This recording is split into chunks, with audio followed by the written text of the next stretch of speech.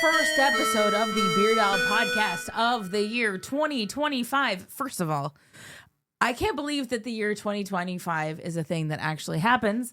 But anyway, we're here with the show about two of the greatest things in the world, beer and Weird Al. And you know what? I don't want to set a precedent that this show is going to be huge for the rest of the year, but I'm literally sitting in a room staring at three other people in here with me to talk about this. So the first episode of the Beard Owl podcast of the year 2025 is about the 5-4-3-2-1 New Year's song that Weird Al did with Jimmy Fallon. And I have in the room with me three actual live humans looking me in the face. Russ, you were here most of the time. Hello. Most of the time. Hello. Hello. When you said that thing about the year at the beginning, and I'm going to get the year wrong, but there's a John Mulaney stand-up where he's like, when we were doing our mortgage, they were like, we're going to show you all your payments. For example, in the year 2036, this will be your payment. And I was like, I'm not going to write you a check in 2036.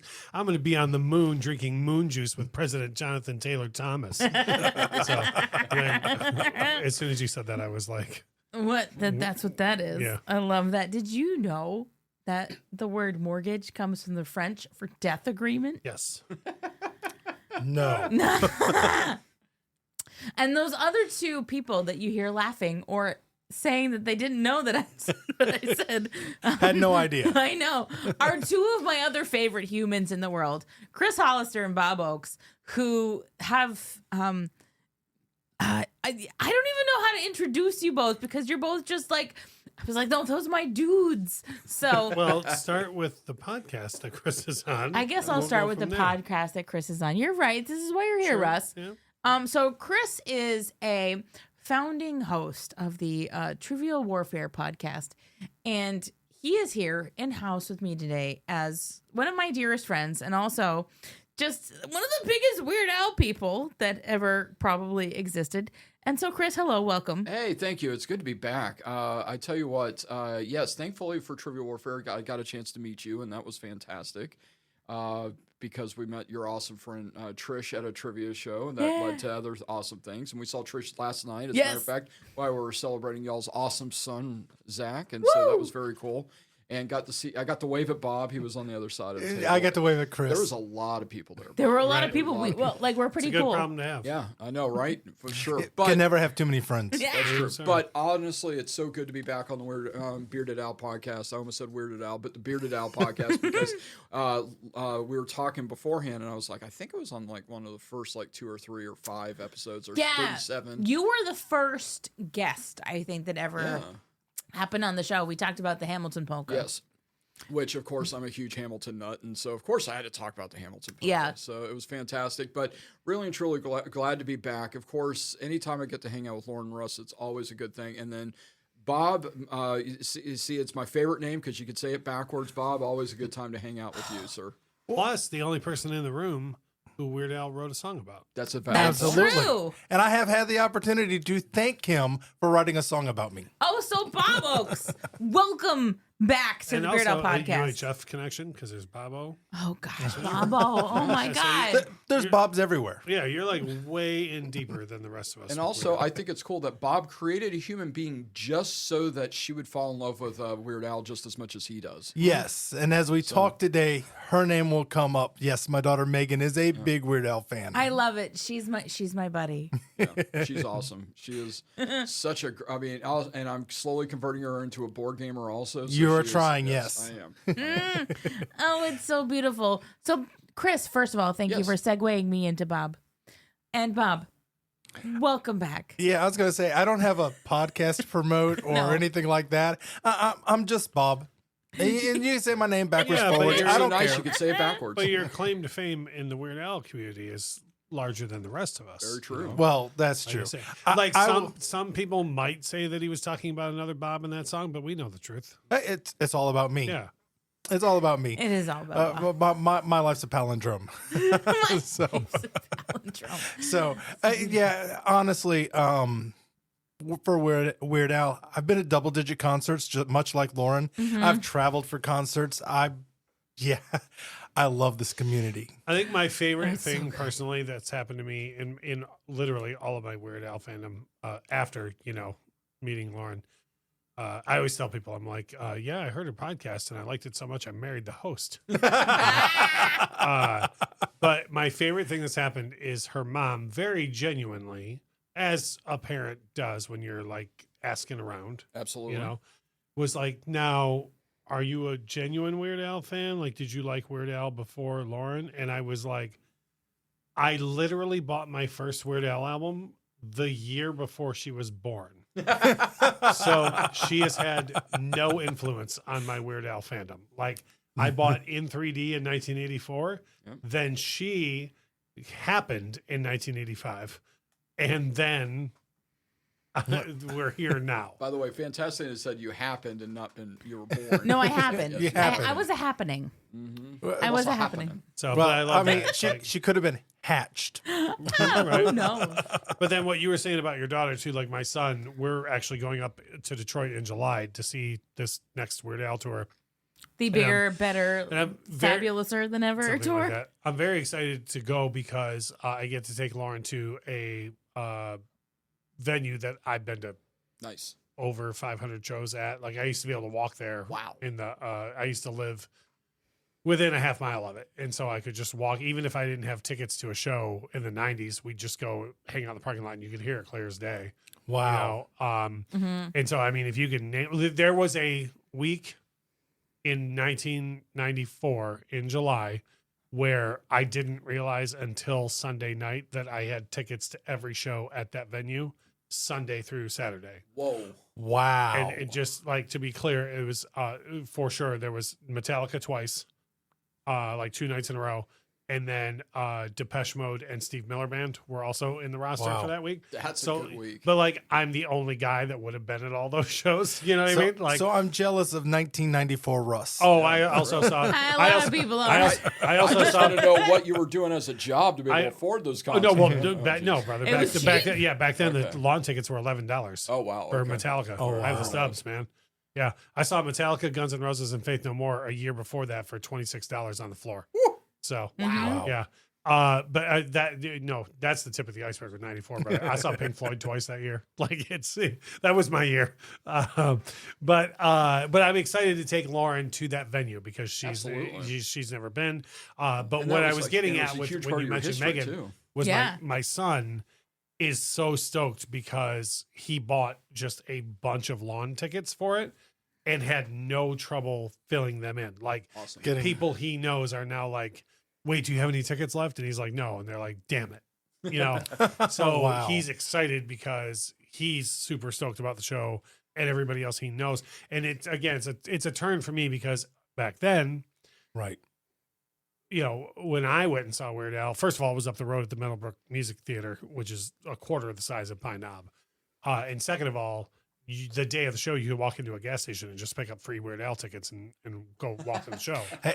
And now it's like, okay, if you go on social media, and I know this has nothing to do with the tour I in don't this care. episode, but I know. Happy I 2025. know we're having more of a chit and a chat right now. I love it. anything. If you go on social media right now, have you looked at like the Weird Al, the sponsored ads and stuff, the comments? You know, like when No. you're scrolling your Facebook feed, and No, you just I see don't, but- Weird Al's going on tour. R- Okay, look at the comments. Okay. There's comments in the year of our Lord now 2025 that are like, would have gone, but prices are through the roof on StubHub, and I'm like, what? Yeah. Like that's amazing to me in the best way. Like I Absolutely. used to Right. literally, there was a gas station at Right. we'll be there, M15 and I-75, where you used to just stop and pick up free tickets to whatever was in town that they couldn't sell out. Every single time Weird Al was in town when I was a teenager, we would just stop there and pick up the tickets and go. Wow. And now we're living in an era where the Facebook comments are like, boy, I'd love to see Weird Al, but it's so expensive on the resale market. And I'm like, ha, gotcha, bitches. You know? It's crazy. I once here in Jacksonville, $10 to go Yeah. see Weird Al. Yeah, Wow. $10 ticket, and it was a good seat. yeah. $10 to go see Weird Al. Well, that's how it was. The free tickets up there was you would take it and you could spend $5 or $10 and they'd put you in the pavilion, or the free ticket you would just walk into the line. I just, but like the fact that people stunned. on social media are complaining about Weird Al ticket prices just makes. I told her about a month ago. I said, I think I'm about to be a Weird Al hipster, and I'm pretty excited about it. Like I will have the nerve to be like, to walk in the show and be like, oh, this is your first time seeing him. How quaint, right? How quaint. See, now Bob is sitting right now with 3 Weird Al autographs behind him on my Weird Al wall of fame. And that's not even all the Weird Al autographs I have in this house. I know. I know. So- That's awesome. I love looking back at you with that, Bobby. It's like, this is where you belong. This is where I belong. I agree. But yeah, the point of everything I said just now tied in with your kid. I just love that my kid. I know. I just love that my kid is like Share it. having It's so to beautiful. fight people off for Right, the lawn absolutely. tickets. that Well, he bought. Megan, your daughter, Bob, Megan she was a shining part of my memory of the first concert where I got to meet Weird Al. Right. Because she was my bathroom buddy. She was. You know? And I appreciate that. It Which was is one a of those- special bond. It was a special bond, and like I've got so many great pictures of her from that night. It was 2019, so it's not even, we're entering 2025 now. So this is a while ago, Yes, right? it This is. is like a world away, and yeah, we had that great moment at that Weird Al concert together, and she like, loved that concert. yeah, I'm so She glad did. she did.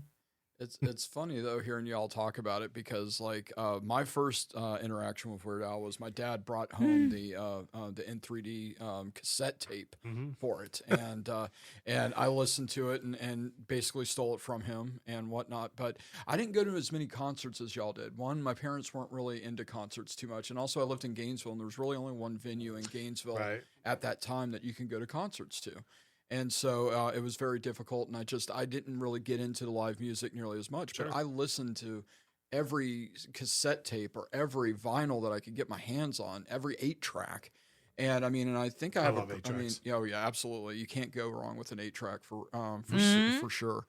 But I love hearing you guys talk about these concerts. I've been to 2 Weird Al concerts, so I know I'm the aw. Oh no, Yes. well you've But seen the him cool though. but the cool part about it is the first time I went, the reason why I went was Bob, I think you've met my buddy Andy, because yes, you Yes, have, I've definitely because- met Andy. Yeah, because Megan and his daughter Tessa are Yes, they're good who- friends. Yes, very much. I love so. it. And also, Tessa is a huge Weird Al fan, because guess what? Her dad and her grandfather are both very big Weird Al fans. Yeah. And so my first concert was Andy saying, I'm taking you to this concert. You do not have to pay for the ticket. You're just got to show up. You just gotta go. Yeah, and I was just like, abso-freaking-lutely. I mean, you didn't have to turn. I mean, it was just like, usually the only reason why I turn down going to stuff is because it's a financial thing.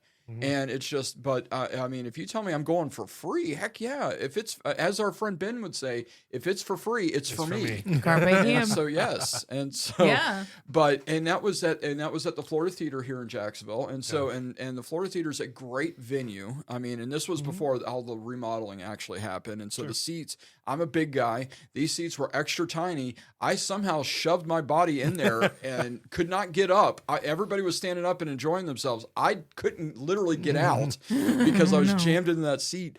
But I was mesmerized. I was absolutely mesmerized, and then I got to go again a couple years later, and just again. Had a I saw blast. Weird Al at the Florida Theater also. I believe this was like 2006, 2007, maybe. Okay, I It's saw him in the Mandatory Fun Okay. tour Okay, at the yeah. Florida Theater. So So it was later than that. It was 13, 14. I still have the ticket somewhere. I need to find it to Yeah. see what concert it was. So I was definitely there because every time he's been at Florida Theater since '95. I love it. I was love there. I mean, since at 90, every time he's been at Florida Theater since '95, I've been there. I've even been on the front row, which is my favorite. But it's yeah, I was there, Chris. Yeah. And one of my favorite Weird Al stories actually involves me not going to a concert. Because what happened was a couple years ago, Lauren said, "Hey, I want to take you to the Weird Al concert. I want you to get the MVP package and the whole bit. And I said yes. And I did the faulty thing of being married, and I did not ask my wife ahead of time, hey, do we have anything going on this particular day, which we ended up doing. And I had to say, I'm sorry, I can't go. But it ended up being a great thing because you were able to get Russ to go with you at that point in time because he bought a ticket, but was going to be in another row and another section and the whole bit and wasn't able to. And I mean, and this was when you guys were just starting, starting your relationship and everything. And it ended up being a great thing that I could not go. Yeah. I mean, really and truly, because Russ was able to sit next to you. You guys were able to sell his ticket to somebody that really wanted to go, and which was awesome. Yep. I remember the whole bit. It was a whole bit. But the frustrating part was the not being able to go part, but then it made it awesome because you were able to go. Yeah. And now I adore Russ just as much as I adore you, Lauren. And so it's just like, that makes me happy. It's a love fest, and I love it. That's oh my fun. God, but we really need to talk about the song that we're here to talk about. I looked something up, so I'm going to share it. Okay, you do that. You can make this part of the bonus episode. No, there's no bonuses. This is the first episode of 2025. This is Chris, your you're precedent, here. baby. We're all getting a bonus. So that's true. Just to drive the point home about like the difference and how excited I am for what's coming up is I just Googled this right quick. So Meadowbrook Amphitheater was the place that Weird Al always plays in Metro Detroit and has since I was, 8. The capacity at that place, including the pavilion and the lawn, is 7,000. The place he's playing on this tour is just under 16,000. Wow. And they're gone. And all the tickets are gone. Yeah. And people are now talking to my kid being like, are you sure I can't get one of those tickets? Like, right. And the fact that I used to like literally the day of just be like, well, I know I can stop at the gas station and just walk in at a 7,000 seater to where we're at now. It's like, I know a lot of Weird Al fans feel this way, but like for me, it's like a very much an ownership thing. Like it's huge. And the fact that he's 100%. playing Madison Square Garden and that he's got like 8 nights in Vegas. Yeah. Like this is one of the most amazing Weird Al things that's ever happened. 2025 is the year of Al. The year of Al. It's huge. Say, the year of Al. I love it. And there's an easy segue for you to be like, and it all kicks off. And it all kicks off with this. And so Weird Al did a New Year's Eve song with Jimmy Fallon on his Holiday Seasoning album. It's 5, 4, 3, 2, 1. The New Year's Eve song. Happy New Year's. And so we've got a lot. There's a lot happening here. For a 2-minute song. It's a minute less and a half. than 2. It's a minute and a half. It's quick. Hold on. I will tell you exactly what it is. 5, 4, 3, 2, 1. It's 1 minute and 42 seconds. And there's a lot to it in that. And I like that it in the context of the album that it's on, it's not exactly the shortest song, but it's far from the longest. But there's nothing on this that's any more than really like 3-ish minutes. So it's not like it's competing with, and there's 4, a lot 5, of 6 songs minutes. on that album, too. There's a lot of songs on this album. And if you look at the deluxe, there's even more songs. There's even more songs, yeah. So there's a lot happening here. Too much. Too much, what some might say. Not a tumor. It's not a tumor. So we've got this New Year's Eve polka that we are here to talk about today. And first of all, I need to put this in context for any listeners that may not know what's going on. But if you don't know what's going on, you're probably not listening to the show. But I feel like, the context, I need to give it just in case there's somebody out there. Lauren, in all fairness, you are a Weird Al historian first and foremost. Let's Thank just be you. honest here. That's what this podcast is. Not only is it a love for Weird Al, but it's also wanting to be historical about it and put it in context and make sure that it's out there for not only the people to listen to it now, but to listen in 20, 30, 40 plus years. Thank you for that. I would like to be part of the annals of Weird Al history. Okay. What was that word again? Annals. Okay, all right, Annals. just making sure. All Annals. right. Yes. It's like, this is a weird podcast. Chris, now. thank you. Yeah. Yes, and I think that's pretty true. So Jimmy Fallon put out this Holiday Seasoning album on November 1st of 2024, and it was recorded over the span of like 3 years between 2021 and 2024. Because there was a single from this album every year from 2021 through 2024. The first one was a Masked Christmas, which is him and Jimmy Fallon and Megan Thee Stallion. Megan Yeah. the Stallion excuse and me. Ariana Grande. Which Stallion? Yes. The Stallion. Yes. And Glenda the Good Witch. Mm-hmm. Yes. Yeah.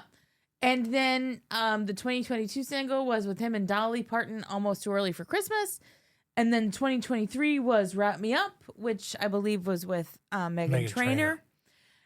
So Which many Megans. sounds like a Meghan Trainor song. Yes. Wait, Megan the Trainer? Megan the Trainer.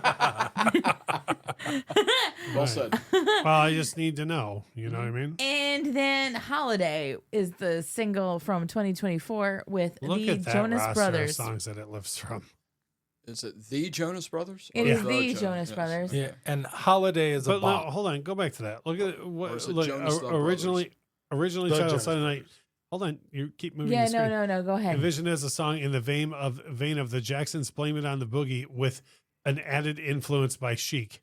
Yeah, that song's gonna rule. Like I don't care. That song can be called "Poop" and it's gonna be awesome. Well, like, no, it's gonna be poop, so of Holiday course it'd is be a awesome. bop. It's a bop. And I have actually, it's and- "Blame It on the Boogie" with Chic. So- Like those are two great things. I have actually heard that in the wild, in a gas station I was working in the other day, and that came on. I was like, oh, this is a bop, and Yeah. this is going to get played. We are going to hear this.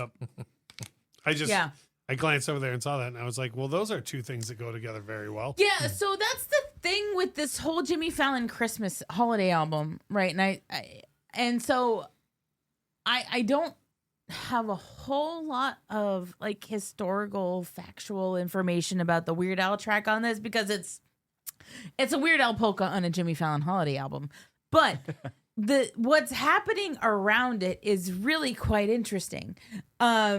Because again, like you said, that Jonas Brothers collab holiday song was envisioned in the vein of "Blame It on the Boogie" by the Jacksons, with some Chic to make it sound like a roller disco song. And then, of course, you've got the Weird Al polka that's there, and then "Coquito," which is an offbeat reggaeton track. And then "One Glove" with Will Ferrell was inspired by Warren Zevon, and I will say, as I could see that. that track is probably my favorite non-Weird Al track on this album. The one glove with Will Ferrell. I think it's the funniest thing. Weird Cousin is a lo-fi jam a la Weezer. And Thanksgiving Eve is made to sound like a Bob Dylan song. And my problem with that is that Bob exists. Right. Well, yeah, Which it's is not a already Weird the Al best. album, though. It's not No. like Weird Al tried to No, redo no. Bob But Dylan. I mean, if somebody's gonna do something in the style of Bob Dylan, Well, like, yeah, that's but the bar. if we're gonna say that a comedy record can't do something in the style of another artist because Weird Al did it better, then all comedy music is done. no, Forever. Oh, that's Not fair. wrong. Oh, That's snap. fair. Weird Al did it better, but this is fine. I mean, my biggest complaint with that is just the word Weezer being involved. I will also tell you that I got a couple good chuckles out of the Hallmark movie song. That's That was- the one. That was fantastic. That's the one that makes me laugh every time. I was every I time. am well pleased because it hits home so hard. Yeah, because it starts out like, oh no, this is so sweet. This is lovely. This is all the hallmarks of a Hallmark movie. Yeah. And then, oh no, there's a knife. And I think the mayor is Santa. I think it's very funny. Yeah. We were watching. There's one of my favorite YouTube channels. It's called Pitch Meeting. And if you haven't seen them, I will send you a couple of pitches that are just amazing. I'll send you a couple. They're like 3-4 minute videos, and they're just amazing. Anyways, they did a pitch meeting for those Hallmark type Christmas movies, and the guy's like, it's one of those movies that's so bad it's good. And the guy's like, one year we should make a movie that's so good it's good. And the guy was like, well, why should we mess with the footwork? True story. Yeah. So that's how those Hallmark movies are just so bad, but they're also good, They're candy. Yeah. That's all it is because which is fine with me. it's bad for your teeth, but you know what? You enjoy it. You enjoy it as you enjoy it. So. Yeah. Yes. Yeah, if you're gonna listen to one song that's not the Weird Al song on this album, try Hallmark Movie because that is funny. So Bob, this is very interesting. Like you told me that there was one song on this outside of the Weird Al one that you were like, oh, this is worth it though. I'm like, I don't know. I was listening through it and I was like, it's probably this one. Like if Bob's gonna like one of them, it's probably this one. So I'm glad I was right there with you on it. So because this. Oh no, go ahead. I was gonna say this is the one because honestly, I did not think I was gonna like this album because that first song on the album, "Ding Dong Christmas," just was not my cup of tea at all. I thought it was terrible. I'm gonna do this. Valid. Is that your official opinion? All right. Yeah. So I was like, if the rest of the songs are like this, I'm not listening. I also watched the special when it aired on TV. Oh, Okay. she was so mad. I I passed out on the couch. So mad about And it. when it was done, she was like normally she's like, hey, I'm gonna let the dogs out. Do you want to go to bed? You know, and I'm like, okay. She was done with that, and she was like, I'm gonna let the dogs out. And I was like, oh crap, was the special bad? You know, because I fell asleep because it was awful. And I was like, oh, I'm sorry. Was the special bad? She was like, yes. I was like, oh boy. I didn't like it. I told you this too. I'm a Fallon guy. Like I like Fallon. Jimmy, Absolutely. There's so I much- have had I'm a right crush there on with you. Jimmy Fallon since There's 2002. There's so much people complaining about with Jimmy Fallon that I think is just so dumb. But when he misses the mark, he like misses it so wide of the mark. And But that's a typical Saturday Night Live performer for you, though. yeah, because yeah, it's for like- sure. When they're on, they're on. Good yeah, point. and when they're Yeah. not, you're like, oh, who let you do comedy? Yeah, exactly right. Yeah. But I was going to say the one song that you didn't talk about, Yeah, though, Dolly Parton. Well, no, not you talked Oh. about Dolly Parton, but is the Chipmunks and the Chipmunks and Chestnuts, right. Chestnuts. because he was channeling his inner Paul McCartney on that song. Yeah. Absolutely. Because Yeah. if you don't hear his Paul McCartney imitation voice on that song, Yeah. then it's just I get more Roy Orbison out of that than anything. Yeah, but Interesting. it's that you got to remember everyone at that time from say 68 to 74 was doing that style of Yeah, song. that's so fair. But no, that song there's song nothing I is want to hear funny. less than Wonderful Christmas Time. So trust me, I didn't want to hear Paul McCartney. It's so funny. I love that song, so I can't. I mean, that's Wonderful that's, Christmas Time. Yeah, that's my Hallmark Christmas movie song right there. No, for see, sure, yeah, I get that. Yeah. I get that, but because like when he actually a couple years ago, he was the musical host with Martin Short on SNL and, Yep. and played it and just I loved every bit of it. You lost your mind. I really kind of did. You Not kinda gonna did. lie. So I know it. talking about the album and bringing it back to Weird Al. Okay, fine. I Go love on. it. Look at what I would Bob say- over Jerk here. face. What I would say is did you notice the placement of the polka on the album? It's where it should be. It's exactly where it should be. Because where does Weird Al put his polkas on the album? At the end of side A before you flip to side B. And this is song number 8 out of 16 songs.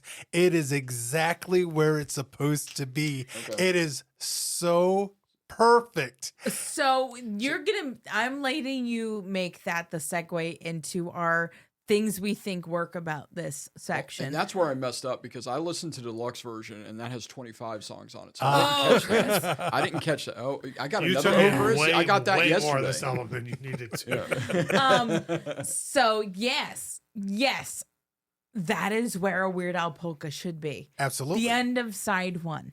Yes, absolutely. And as kudos to Jimmy Fallon's holiday seasoning for putting the Weird Al polka where it should be. I'm sure Jimmy knew at the beginning, this is where the polka's going to go. This is where the polka's going to, this is where it has to go. And so, because Jimmy's a fan. He's a huge fan. Jimmy is a fan. I saw in preparation for this, I watched a Jimmy Fallon interview on the Howard Stern show, which, is what it is. It is. But I will lead with this. Howard Stern said, and I quote, Weird Al Yankovic. Yeah, that's a weird guy. Anyway. Wow. Now that sounds like Howard. Yeah. What a What a brilliant quote. observation. You get paid to speak, Howard. Yeah. He's Terms weird, but Evil he's weird in a good way. Incorporated. He's weird in a good way. And then Jimmy Fallon brought it back, basically saying I essentially got to have one of my heroes on one of my albums, and the whole idea is that it's bringing a positive spin to I guess a holiday that hasn't had a positive holiday Right. song about it. And he brought it there. And so, Jimmy Fallon was very, very excited about that. But he did say that Weird Al was the first concert he ever went to.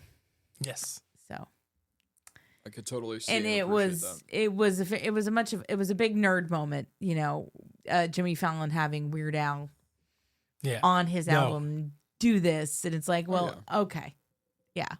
As it should be. As it should be. Yeah. This makes me like Jimmy more. should. So now, did Jimmy write the song or did Al write the song? According to Jimmy Fallon on the Howard Stern show, he wrote it. Okay.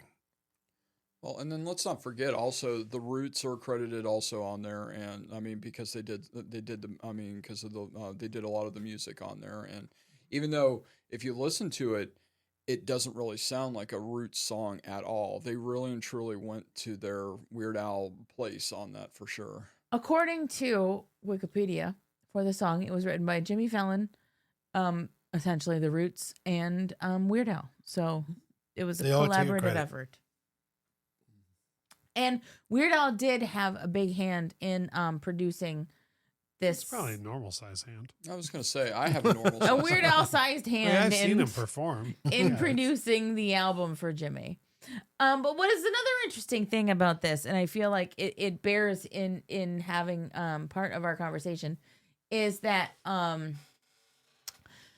before putting this album together the way that it was, Jimmy Fallon had several people kind of going at him, basically being like, you should do the regular Christmas album thing that people do, where it's just regular, you cover the Right, Christmas all the standards. usuals, Yep. yeah. Right. And we had a conversation about this actually on the last episode of the Beard Owl podcast, where you were like, people put these one lone holiday standard songs out as their singles, and everything else is Christmas songs that you already know. Right. Like they're putting that one thing out there in hopes that Right. it'll work.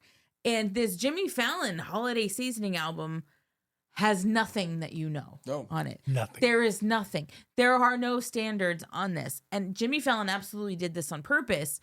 He said in that interview with Howard Stern where he was like, that didn't feel correct to me. I recorded Silent Night. I recorded chestnuts roasting on an open fire, all this other stuff. I did these, and they did. He was like, I felt stupid.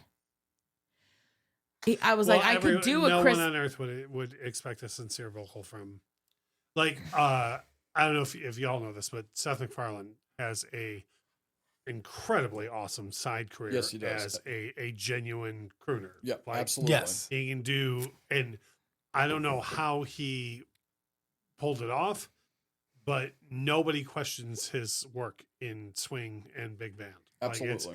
it's all very genuine. At this point in the game, no one on earth is going to take, like, if you hear Jimmy Fallon start with chestnuts roasting, the whole song you're going to be waiting for the bit. Right. Do you know what I'm saying? Without question. Yeah. Right. So, You're right. whereas if Seth starts singing it, you're like, oh, this version's going to be amazing. Yeah. Right. Whereas Jimmy Fallon, you're just expecting the whole time. So why not make a whole album of the bit? It's like watching a Will Ferrell movie and never finding the joke. Right? Yeah. Yes. Like Yeah. the when he does a drama and it's like you're waiting for the joke because it's Will Ferrell. There's got to be a joke. Mhm. It's Jimmy Fallon. There's got to be a joke. And the album does deliver on the fun and the funny and the Yep. clever. Mm-hmm. It does. But and also in Jimmy Fallon form though, it's every song as we talked about earlier is under a certain amount of time because he wants to do those bits that people can post on social media to be able to see it real quick. He's been, Right. I mean, that's what the Tonight Show has become for him. It's Right. just like it's those. Yeah. It's not the interviews anymore. It's not the old Carson like trying to do the interview or trying to have the person do the funny stuff.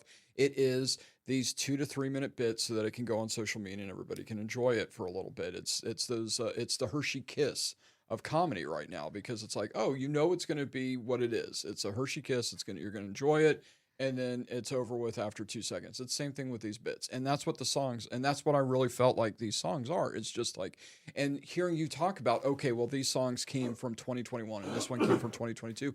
It makes perfect sense because he did those things for the show, and now he's compiled it on, for a lack of a better term, a best of holiday album. It does, right. And I respect that. Yeah, I no, and I totally get it because one of the lead singles off of it was it was a Masked Christmas, and that's with Ariana Grande and Megan Thee Stallion, which came out in 2021.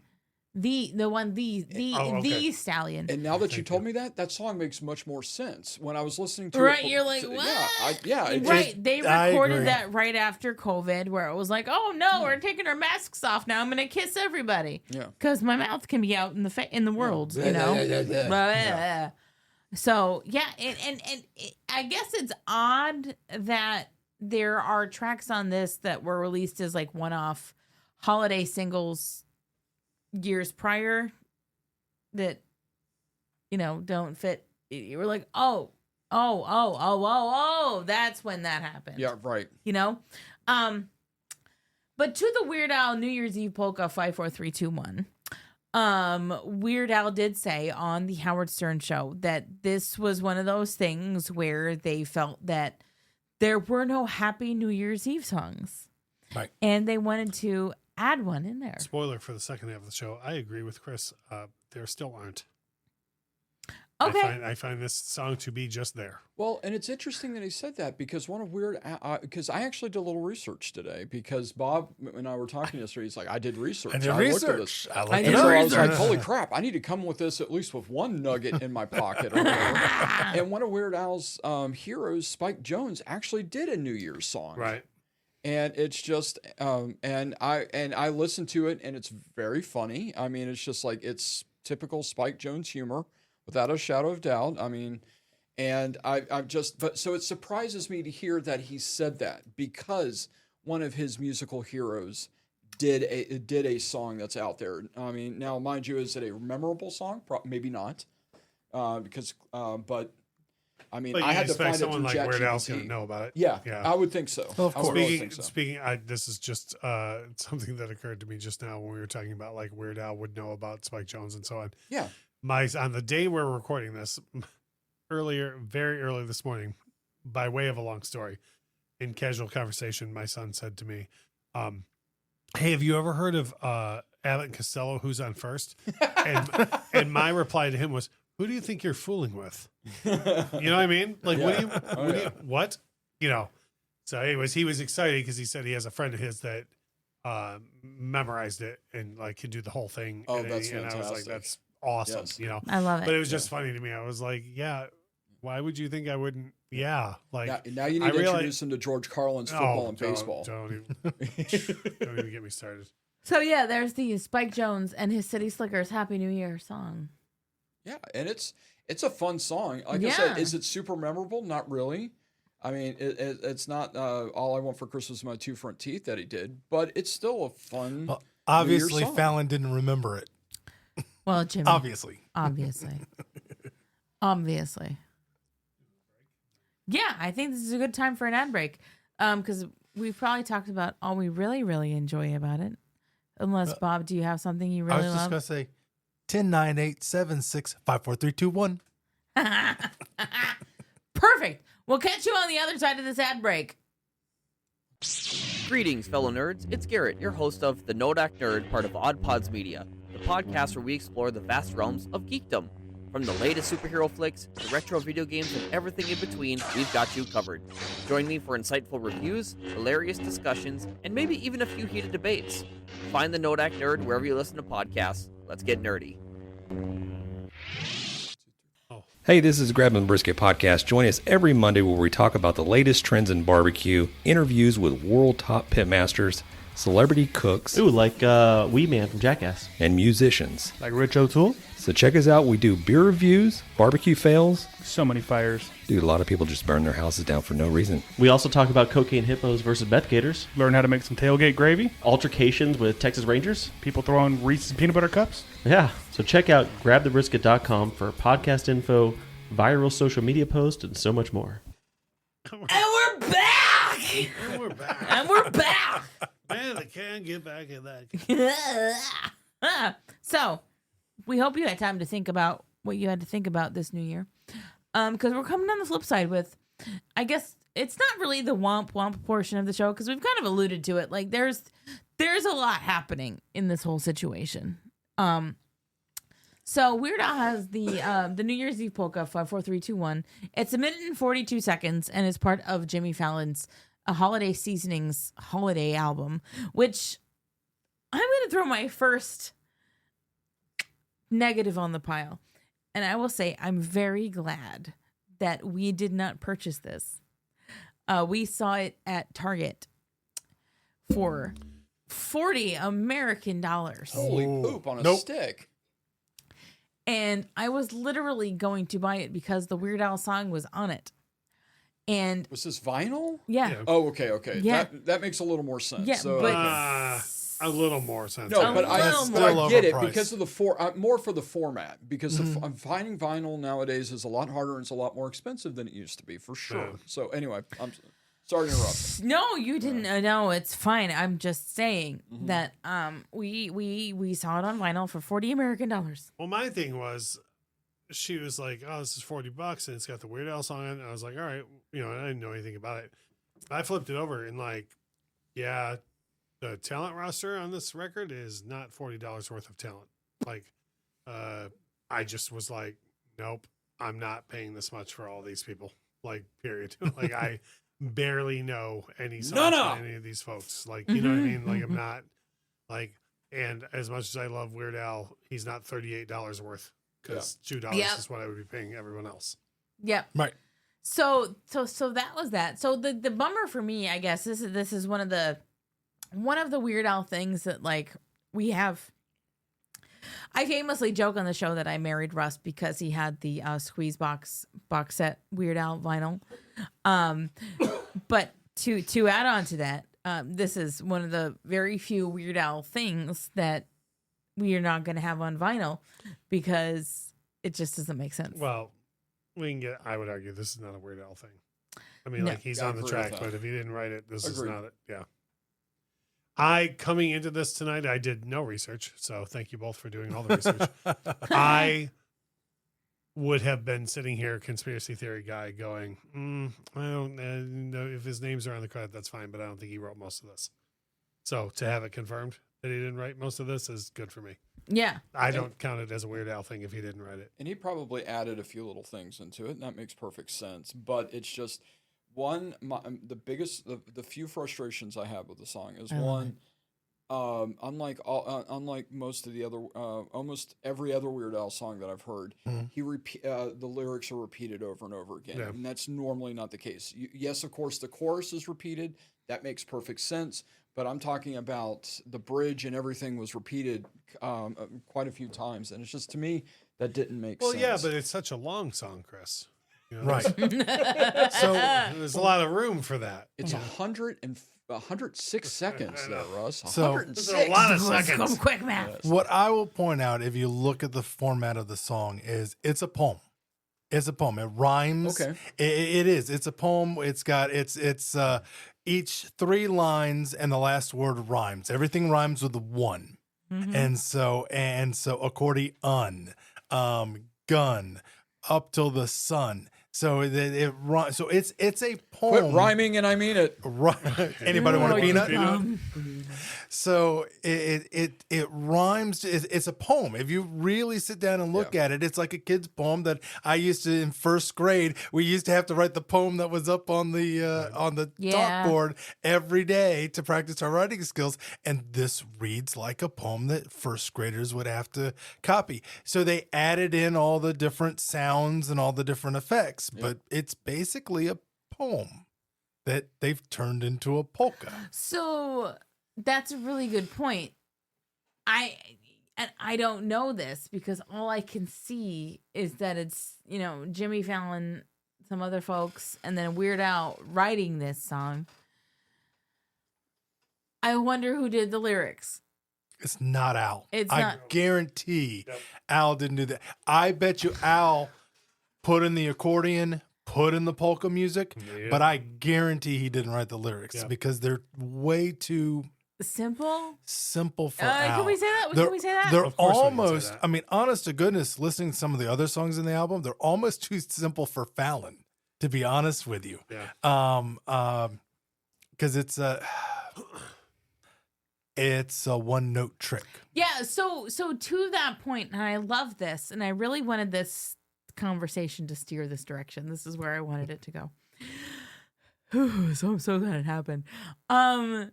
Where do we think how do I want to put this? What do we think this means for like what we're gonna get from Weird Al after this? Meaning, Oh, it's all got to be uphill from here. 100%. right? Well, It's gotta be. But also, it's just going to be, you know what? There are so many artists that just like say, hey, I'll jump in and help you out with this song. I mean, it's just like, because again, let's talk about Beat It, because again, Michael Jackson, Quincy Jones asked Eddie Van Halen to play the opening part of it. And so it just, I think that happens all the time. And it's just like, he just said, hey, Al, you're here. Would you be interested in doing this and whatnot? And I could see him going, absolutely. Because again, in all fairness too, Jimmy Fallon's really helped his career out just a bit too, because it's like, they're really, and I say that because it's just like, anytime that he's releasing a song, where is he releasing it on? He's not going to Kimmel. He's not going to Stephen Colbert. He's going to Jimmy Fallon's Tonight Show to be able to release that song. He's done that like three additional times over the last 5 years that I can remember. So something I'll bring up is Weird Al, bringing it back to the podcast that Chris is on. When Chris I'm on a podcast? When Chris and my brothers started that podcast, there weren't any trivia podcasts out there. There just were not. There weren't any trivia podcasts asking questions at all. And so they started that. And since then, they have been very supportive of other trivia podcasts. They've encouraged them. They've brought them on the show. They've let them advertise. They've been very encouraging of that. Al is the godfather of comedy music, and he Without is question. going to, and he is, Jimmy, you want to do this? Yeah. Let me be a part of it. Let me lend my name to it. Let me help. Yeah, that's a really good point. And I love that about this. Like, I am going to say that I owned Jimmy Fallon's On the Bathroom Wall album on CD as a high school person who had a big crush on Jimmy Fallon, who made myself an iron-on T-shirt that said "Future Mrs. Randy Goldman." I did that, and I loved Jimmy Fallon, and so it's been very interesting for me as a human to watch Jimmy Fallon's career happen the way it's happened in a lot of ways. Like, I've liked a lot of it, I've disliked some of it, and I'm like, okay, well, all right, Jimmy Fallon, you be Jimmy Fallon, right? And one thing that I think brings it all back to this is very much where Bob was at, was like, this is the evolution of comedy music, and so Weird Al has to make sure that he's part of it in some way. But So it puts a stamp of approval on it, for lack of it's a a better term. stamp of approval, absolutely. But if we switch gears just slightly, just slightly, and get back to what Weird Al is actually doing from a standpoint of what he's done lately, are we hungry for something other than a polka? Like, because the Hamilton polka was a delight. It was. Okay. Polka-mania, absolutely something refreshing, covering music from the past 10 years. Mm-hmm. And then there's this New Year's Eve, 5, 4, 3, 2, 1. When are we getting something that's not a polka? But in all Well, fairness, too, he's doing stuff that he wants to do, and maybe polka is really where he wants to be at That's right now. fair. Yeah, And I'm just saying. And I will mention, he has reinvented end credits for a movie in this time frame. That's fair. He has completely reinvented. I mean, now I know. Yeah. So, but I agree with you. okay, we've got 3 polkas. I know he's never going to give us another album. We know this. Yeah. Well, and I'm surprised there's more bands that haven't just said we're not going to do any more albums, because you can release 3 or 4 song bits Right. online all Right. the time. I mean, it's just like one of my favorite artists is Brad Paisley. Brad Paisley, who I like a lot for a couple of things. One, good country artist, amazing guitar player, but also because he's funny as all get out. I mean, he's absolutely hysterical. Yeah, he's a fun But- guy. Yes, he is. But he only releases like 3 or 4 songs I mean, he'll do like these little EPs or not EP, whatever the term is. Yeah. I think it is EP. No, it is EP. You got it, dude. And then, okay, hey, occasionally, anyway, but he does that, and it's just, and I appreciate that, because again, that's the way to get the music out. And I think if that's what Al is wanting to do, is just, hey, I'm going to do a song here or there, it's better than not having anything. And I know that probably is true and not true all at the same time, but for me personally, it gives me a chance to go, you know what? I want to go back and listen to all his polkas again. I want to be able to go back and listen to X, Y, and Z all over again. And that's what I get out of it. It's like when he releases something, it's like, okay, now let me go back and try to compare it with the other stuff. But the good part about comparing it is you have to listen over again. You have to kind of agree or disagree. Do I like this or do I not like this? Yeah. Yeah, I was going to say, we've also gotten Deja Vu, All over again. which is what it is. I would love to hear Al do something creative, get back to his roots, do something. I'd love another album, and I don't think we're ever going to get it. but I we're would not, love you another know. album. It is a much longer discussion for a different time, but Yeah. Lauren will tell you, I am continually shocked and appalled by how disposable we have made music as a society. Like, we have conditioned people very, very strongly over the past 20 years that music is disposable and not an art form to be revered at all. And it's gross. And part of the problem with that is that we now have to lie in that bed, and lying in that bed means that we lose an artist like Weird Al, because Weird Al strongly depends on music as an art form being valued. Right. You can't have a full album of things from the past 5 years that people go, oh, I remember that, and we danced to that at our wedding, or that was my friend and I's song, if you have made music into a completely disposable art form. Nobody remembers anything. So in the time that it takes Weird Al to record one parody It's then and gone. and then another 10, Right. no one will remember these songs. I Right. happen to be a big fan of Chappell Roan and a big fan of Sabrina Carpenter. You know who's going to remember those people in 3 years? Nobody. How long does it take Weird Al to make a record? Too long. Okay. Oh. That's our fault.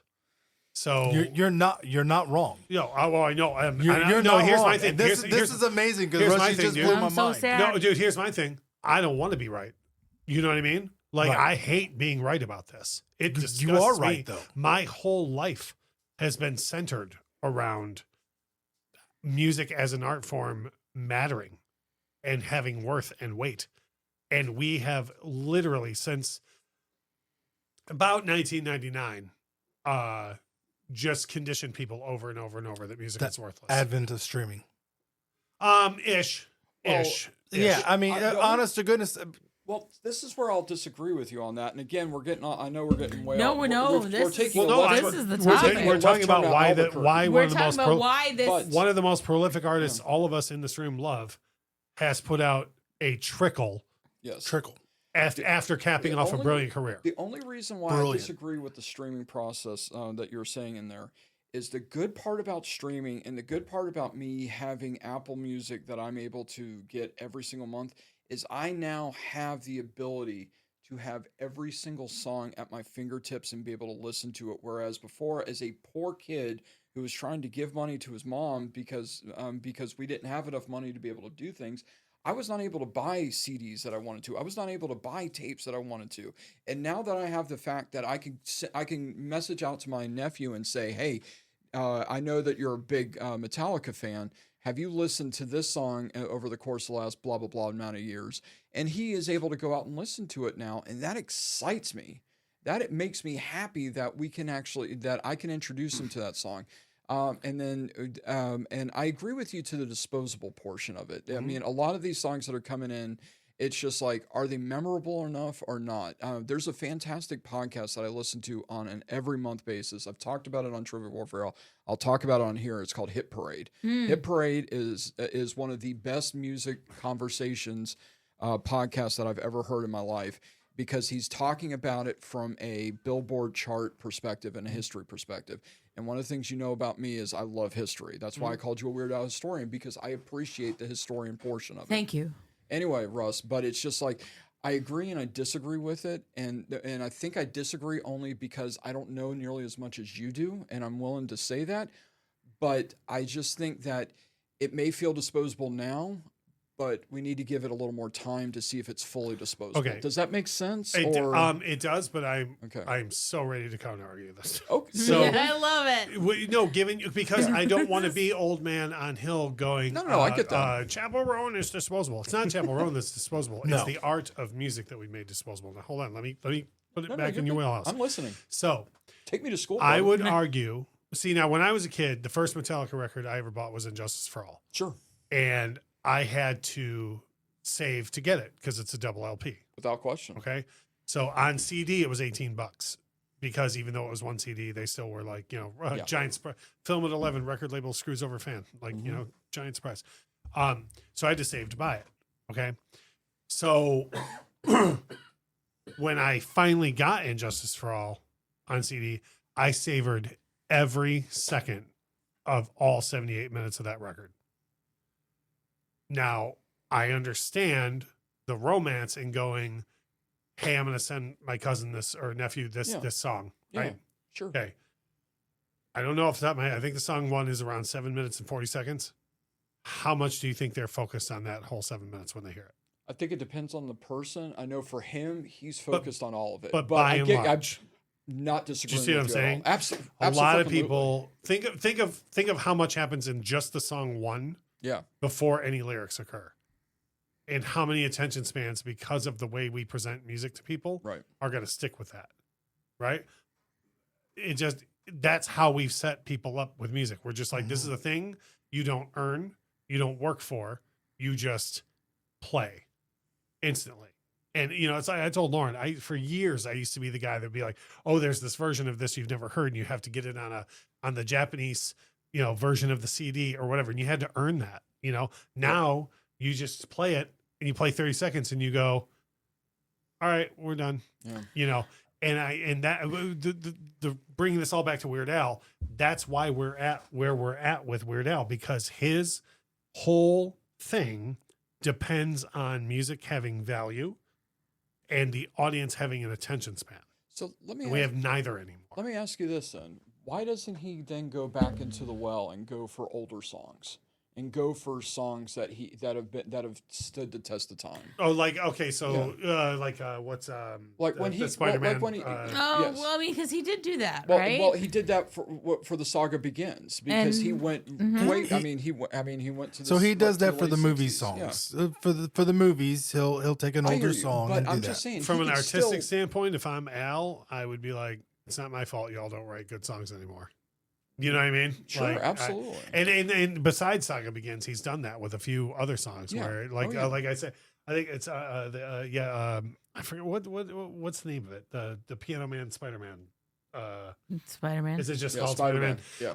No, that's so forgettable to me because it's so Ode to a Superhero. Ode to a Superhero. Yeah, when I got that record, I was like, but why? But why though? Yep. You know what I mean? And then you got your Cat Stevens pastiche with Jackson Park Express, right? Yeah.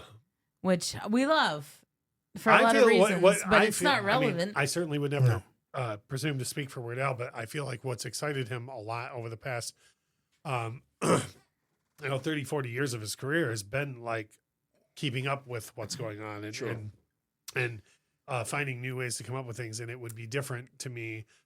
It would be a whole different challenge for, I would think, to parody something that's new and exciting and completely different than just go back and be like, well, I guess I'll do Turn the Page because everybody knows that song. Mhm. Well, You know or, what I mean? or Right. pastiche, because it's just, I think Lauren just said it very well right there. It's just like he could do a pastiche song on a lot of these because they do sound very similar, but also it's just like you talked about Jackson Park Express, which is a phenomenal song.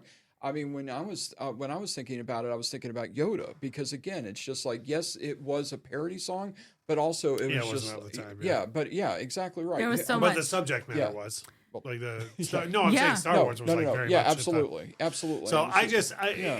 it bums me out because Weird Al is one of my favorite artists of all time, Sure. and I think that where he's at in his career is reactionary to where the music business is, and so the whole thing bums me out.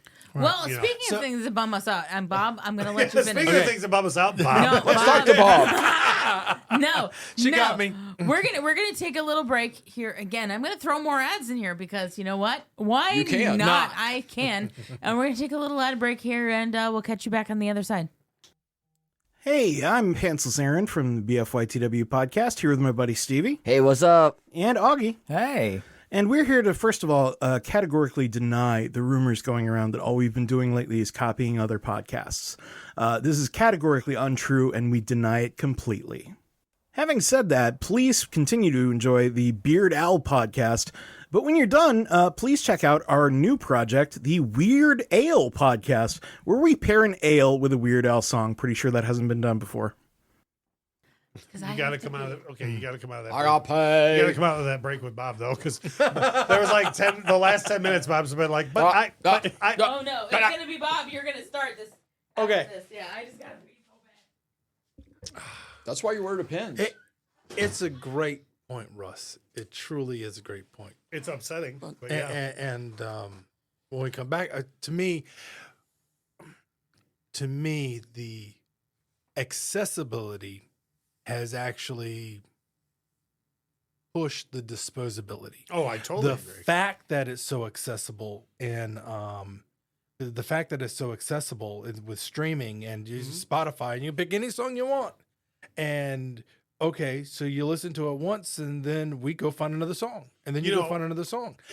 When we were kids, and again, it depends. I wore out my Weird Al cassettes. I wore them. But again, out. it also depends on the people that you're talking about. Though, Yeah, but because I don't want to lump everybody into one thing. You can though, because the generation that's coming up, Right. they have been taught that music is a disposable art form. 100%. Yeah, and he's right. See, They have been taught not to value it. It's okay, we can like this song. Everybody loves this song right now, and then we're on to the next one. And there's not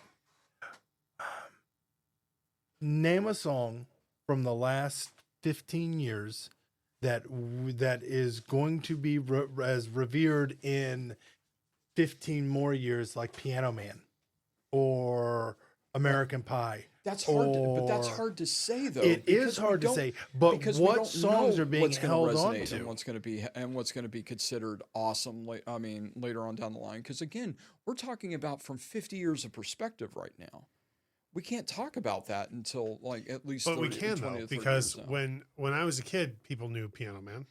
100%. You know what I mean? Like, and now people can't name artists from 5 years ago, let alone songs from 5 years ago. Right. It's going to be a Taylor Swift song. It's going to be a Taylor Swift song. But Bob had a point that he wanted to come out of the break with regarding like the disposable thing. So Cool. I want to remind you of that because Bob was trying really hard to get a word in edgewise. No, and- I know. Did you say We're all good. We're all good. Okay. Hey, you there. We've got a question for you. Are you tired of clickbait stories and the loudest voices driving discussions in culture and entertainment? If so, I'm Dylan. I'm Kendall. And I'm Corey. And we host the podcast From the Middle. We're middle-class guys living in the middle of America, in the middle chapters of our lives with points of view somewhere in the middle. We take a more reasonable and centrist approach in our discussions covering genres like comedy, culture, entertainment, and interviews, with really interesting folks like business owners, comic creators, doctors, news anchors, New York Times best-selling illustrators, professional stand-up comics, and more. We really value a relaxed and conversational podcast, one that we hope is so fun and laid back, you'll forget you're not actually hanging out with us. So search at From the Mid Pod, just like it sounds, or check us out everywhere you can find podcasts.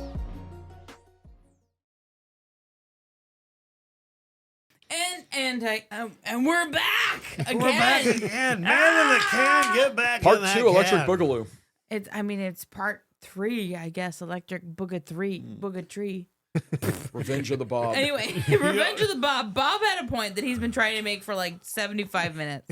We're all good. So let Bob do it. So what I was going to say is to Russ's point about disposability of music. I was going to say that the fact that Chris had made the point about the songs are more accessible. And I actually think that leads to songs being more disposable because you can listen to a song and then a new song and then you move on to the next one. Yeah. You're not, when we were kids, we would listen to, I get cassette tapes. That's how old I am. And I'd wear it out. As a matter of fact, you could tell on the cassette tape where I was flipping it over because I wanted to get to the other side. Yeah. And you could tell on a cassette tape that, when I was a kid, I used to get so bummed because the Purple Rain cassette was white. Like the cassette was Right. white plastic. And like you could tell how much you would listen to it by the flip marks on either side of it. Yeah. And so like if you didn't have a Purple Rain cassette that was like worn in, you like weren't really a fan. You weren't really a fan. Yeah. So I wore out my cassette tapes and savoring the music. I mean, look, I've got Weird Al verses that are just ingrained here that I will never, ever, ever, ever forget because they're all here because I've heard them so many times. Today, songs come out, we listen to a song, it's hot for a month, 2 months, maybe 3 months, and then it's gone. It's HOTTOG. And what I would say is what I was during the break, I asked a question: what song from the last 15 years are we going to remember in 15 more years? What song are we going to revere, like an American Pie, like a Piano Man? What songs out there now that people are holding on to, brother? You know what I mean? Right. Like, that's not even that deep of a song, but people remember it. That's You know a what I really mean? good question. Like, that's a really good question. And I realize we're getting off of the Weird Al topic here, but I feel like this is totally relevant. That's all, Because it has in my everything to opinion, do- we don't have more Weird Al because of this. Because of this, right? It has everything to do with it. And so, go ahead, Chris. No, the only thing I was going to say on that is to kind of contradict a little bit what you're saying. The Dua Lipa song "Levitating." I asked a question on this on Trivia Warfare a couple weeks ago when I was hosting one of the episodes. That song was on the Billboard Top 40 chart for over 53 weeks. All right, so it's just I think it was 53 weeks. It may have been a little bit longer than that. And I'm just not thinking about it right. But it's just so. Yes, you can say that they're here and they're gone, but there are certain songs that are going to stand the test of time. But the problem is right now we have this small area where we don't know how long that test of time is going to be. That's fair. That's fair. But standing the test of time versus being okay. So Levitating. Yeah. Never hit number one. No, it didn't. It was number 2. That's absolutely right. Never hit number correct. one. Bubbled under it for a long time. Right. So I guess what I'm getting at is what's the staying power of something like that? And we can't say that. Right. Go ahead. To contradict that though, CCR never had a number 1 song. Now, every hit that they had only went to number 2 at the highest. And the Grateful Dead only had one top 40 hit. That's right. Okay. We're going way left. No, we're not. Albuquerque. No, we're right where Weird Al is. Absolutely not. This is Here's his the feeding thing. ground. Here's the thing. I agree. I'm not. I think maybe. I guess maybe I'm misspeaking. No. we're not No, I don't talking. think We're you are not at all. talking about hits. Yeah.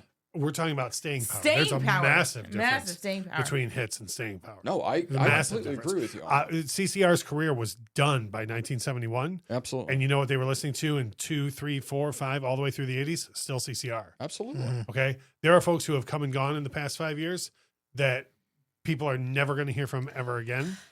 And were number one. Had a number 1 album, had number 1 and that's single. why you They have were one on- hit they were on wonders. the Tonight Show. But that's why you have one hit wonders. No. They had an Several. album full of singles that everybody was talking about for like 5 seconds. And here's the difference is the there's not any sort of I love this conversation. there's not any sort of value in it anymore. Okay. Like again, okay, so and I can only go back from my personal experience. When I first heard of Pink Floyd, I bought a double live album that they put out because it had most of, like, Floyd doesn't have hits, but the hits, Money, Brick in the Wall, Shining a Crazy Diamond, all that was all on this one record. So then in order to listen to more Pink Floyd, I had to wait till I could afford to go buy another Pink Floyd record. And then when I got that, it was like a treasure. Like, even if it was bad, I would be like, well, I have to really listen to this whole thing because I bought it, right? That's not how people think about music anymore. They just go, oh, well, it's Friday. There's going to be a ton of new music. And then they listen to 30 seconds of each track and skip by. And by they, I am generalizing. I understand that not everybody is that way. My kid is an exception to the rule. Hi, Zach. My nephew as Your well. nephew as well. Yep. That we know exceptions to the rule.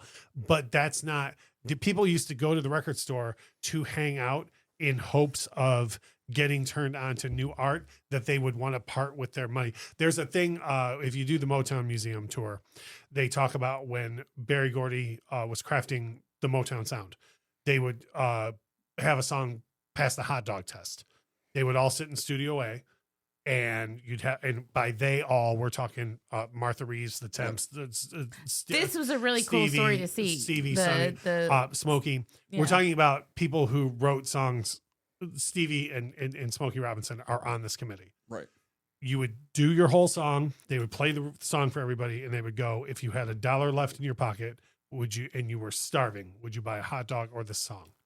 And they wouldn't release the song unless the majority ruled on starving to buy the song. Right. That's why you hear Dancing in the Streets and Sir Duke and Fingertips and My Girl and My Guy and on and on and on. That's why you hear those songs, because they passed that test. Today, if you asked a kid, a generalization, kid, would you starve or buy this song? They would be like, wait, people pay for music? And that's the major problem. And that's how it all ties into Weird Al. We don't get more Weird Al because there's no value in the general public on music. And So yeah, go ahead, Bob. So I've been I talking would- too Yeah, I much. love this. So I would say that to some degree, you're right. Taylor Swift does exist.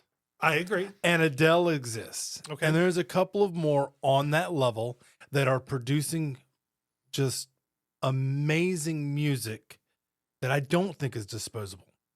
That I think Taylor Swift is going to be one of those legends that last forever, that people in 30 years, that young girls in 30 years, I don't disagree. it's going to be as relevant to them in 30 years as it is right now. That music, the songs like 15 are amazing and relevant. I like They'll that be- you're talking about stuff that she did before 1989. Yeah, That's true. but hold on. But see, but Uh-huh. 50 years old, Taylor Swift music right now is still relevant to young girls. I am not in that classification. But no, but my daughter, no. on the other hand, is. I And would love she to hear. is. I would love to have a conversation with her about what Taylor Swift music is relevant and what isn't. But we don't have to have that on this show Yes. right now. No. But anyway, continue, Bob. So, but what I would say is there are artists that I don't think are disposable, but I do agree that there are plenty of what we're listening to right now that is. Mm-hmm. But and the one thing I wanted to again mention is, this is weird that I'm the guy that's actually kind of champion streaming on this part here. Wow. I love the fact that music, I disagree with the disposable portion of it because, again, I want to look at it in a much longer time span than we're currently in right now before I could say that a song is disposable. Could you be right? Absolutely. I'm not discrediting that you're, I don't think you're wrong. I don't think any of y'all are wrong. It's just I am in the wait and see portion of it. I right love now. it. But I want the streaming portion. I like the streaming part of it because it's making music accessible. Because, again, it frustrated me that I had to spend 3 hours listening to the radio to record one song on my cassette tape so that I could have it But on how there. much more did you I've cherish lived it when you that. had it? Oh, it's a good question. I probably did. Honestly, you're right. I'm not, and I'm was not a gonna treasure disagree. when Yeah, it was- absolutely, yeah. absolutely. And do I wish I had those tapes still? Absolutely. Oh my God. Are they disintegrated now because I listen to them so freaking much? Absolutely. But did I also record over them? because I got tired of that song that I like so Well, much. but you were also you're listening So to, this is very interesting. But I'm just saying that because I was that poor kid that couldn't afford it, because it was like, okay, do we pay the light bill or do we actually pay, or do I splurge it? And I'm not saying you didn't understand. What I'm saying is that makes your appreciation of it grow fonder. Absolutely, without question. Whereas you're here now 100% today, right. kids get put on their parents' Spotify app. Yep. And then they have several lifetimes of music in their pocket. Yep. For so nothing. for every person, and Lauren knows this because she deals with this more than anybody.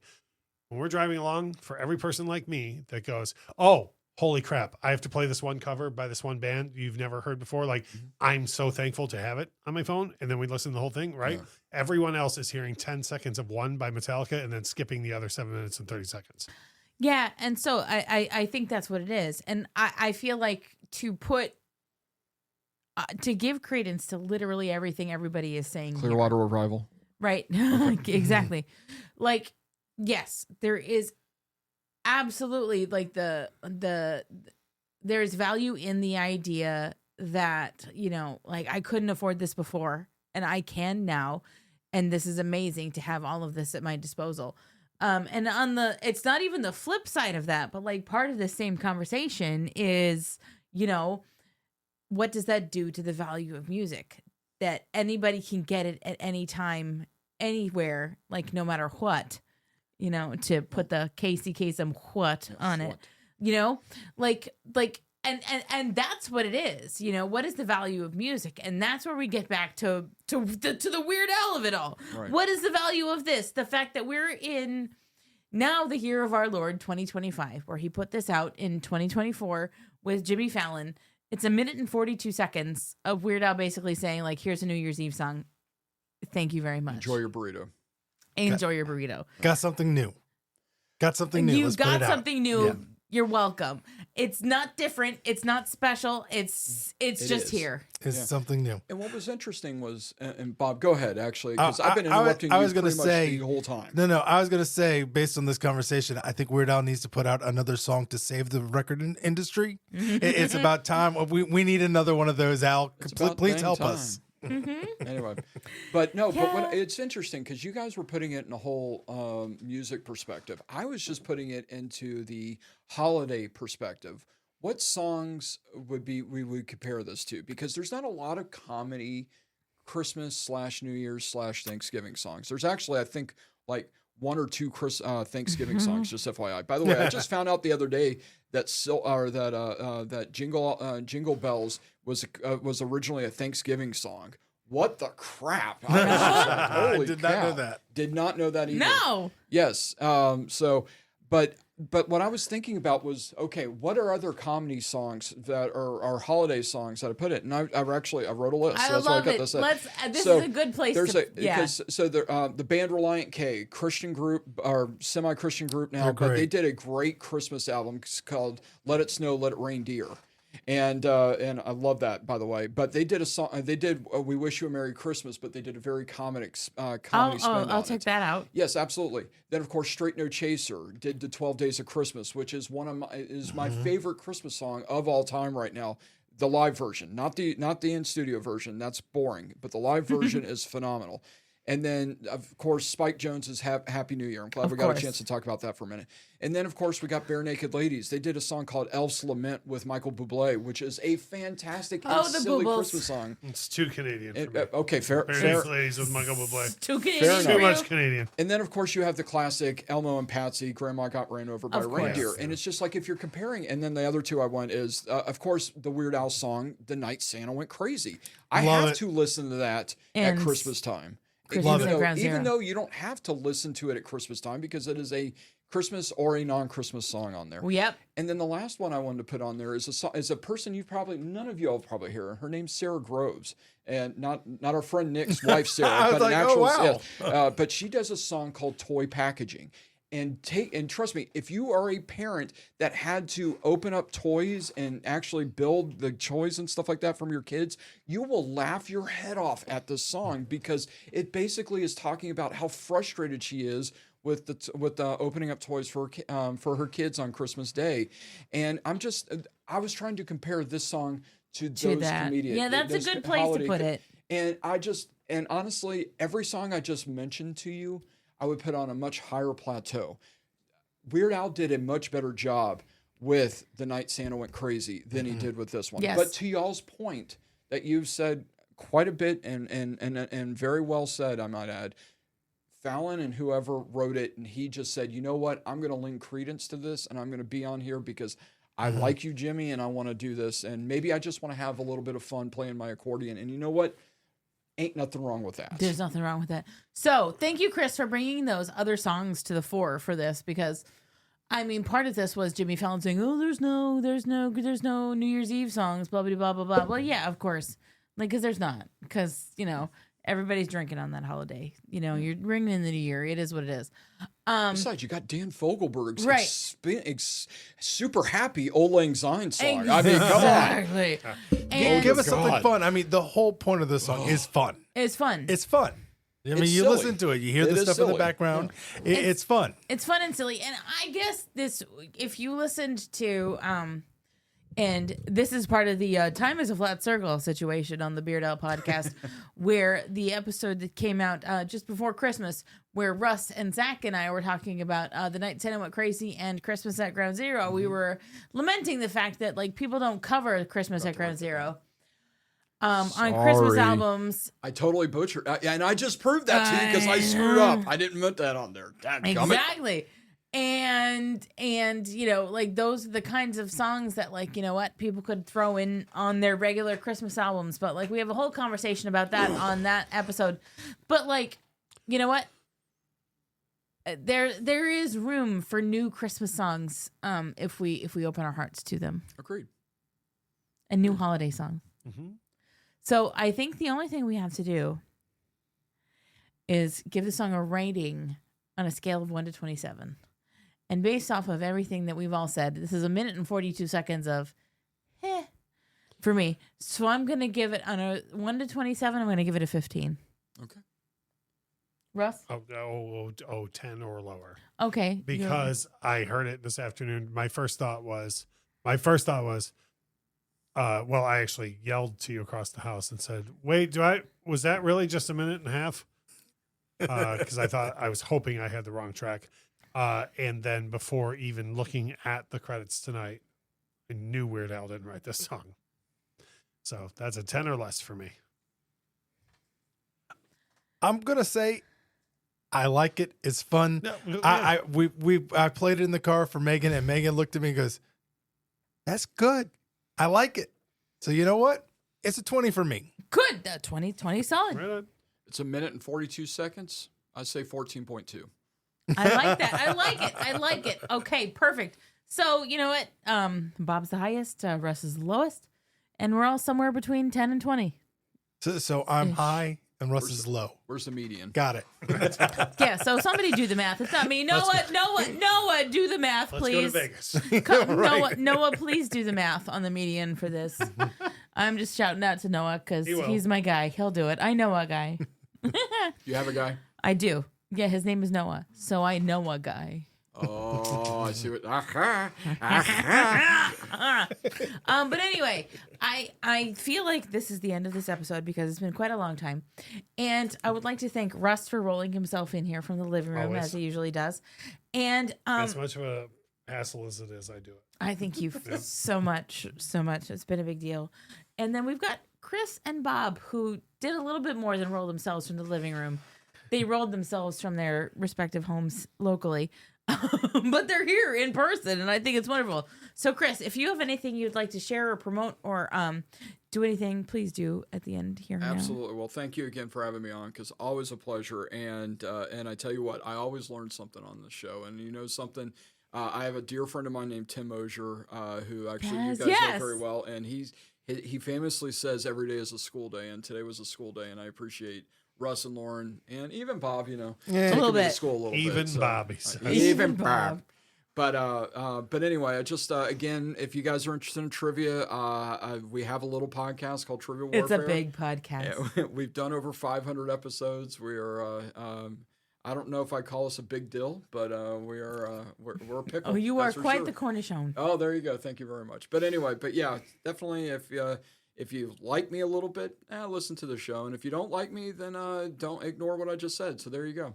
Or just listen to the episode that Chris isn't on, because the Trivial Warfare podcast is quite the thing. There you go. Yeah, Well, I appreciate it. And then also, of course, if you did like what I said, go back and listen to Lauren's episode on the Hamilton podcast, Polka. because that was one of the funnest times I've had on any podcast. Thank you. Blast. Yeah, we did have a Absolute good blast. time.